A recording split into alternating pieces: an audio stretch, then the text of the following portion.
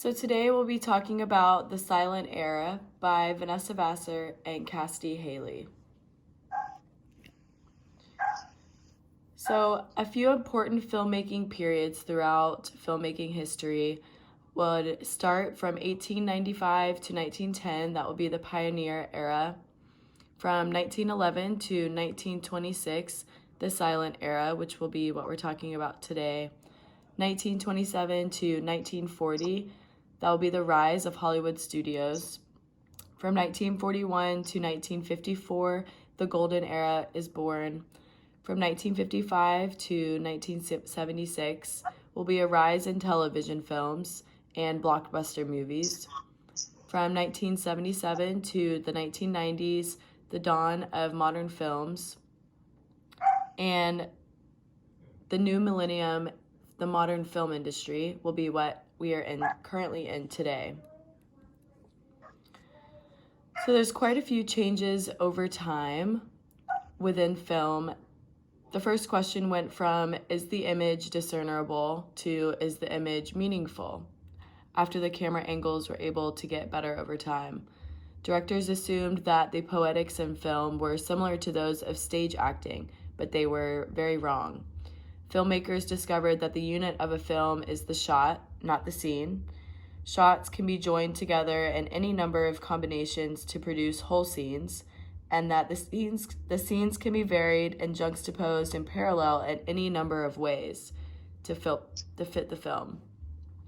Synchronization of picture and sound also allowed for the disjunction of picture and sound. Natural sounds, musical underscoring, distortion effects, private thoughts, and more were born with the sound that we can provide. The actors went from overacting to underacting. No more huge gestures and demonstrative poses.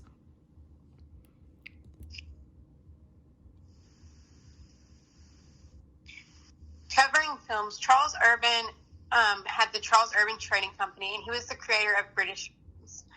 W.K.L. Dixon and William Heiss. Editor assigned Heiss to work with Dixon in October of 1890. They made their first American films. William Heiss was also helped Dixon with inventing the cameras and viewers for Edison. And Dixon was the director of Edison's motion picture projector. The Lumiere brothers developed the cinematographer, and they shot their first film in 1895, Leaving the Factory, also better known as Workers Leaving the Lumiere Factory. Prominent people in films will be R.W. Paul. He invented a portable camera in March of 1895, the first movie camera ever made, called the Paul Akers camera. Paul sold cameras and projectors to others in parts so that he would have more American preparation movies to show. David Ward Griffith, young Griffith, had decided he was a playwright and never intended to make movies. Griffith was as innovative with people as well as machines. He would actually have them pose less and make less demonstrative gestures. He also had three prominent films, which was Birth of a Nation, Intolerance, and Blooming Blossom. And he made the first American films in the 20th century. Edison Alvarez Edison, in February 1889, Edison assigned employees in laboratory space to inventing motion pictures, and he invented the incandescent lamp in 1879 and the phonograph in 1877. So there were quite a few technology issues that have come from film and photography. So before there could be motion pictures, there had to be pictures like the flip book.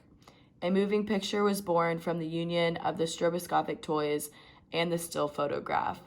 So some technical issues for photography would be long exposure times, transmitting an image to a medium, the flexible medium, and it had to be heat resistant.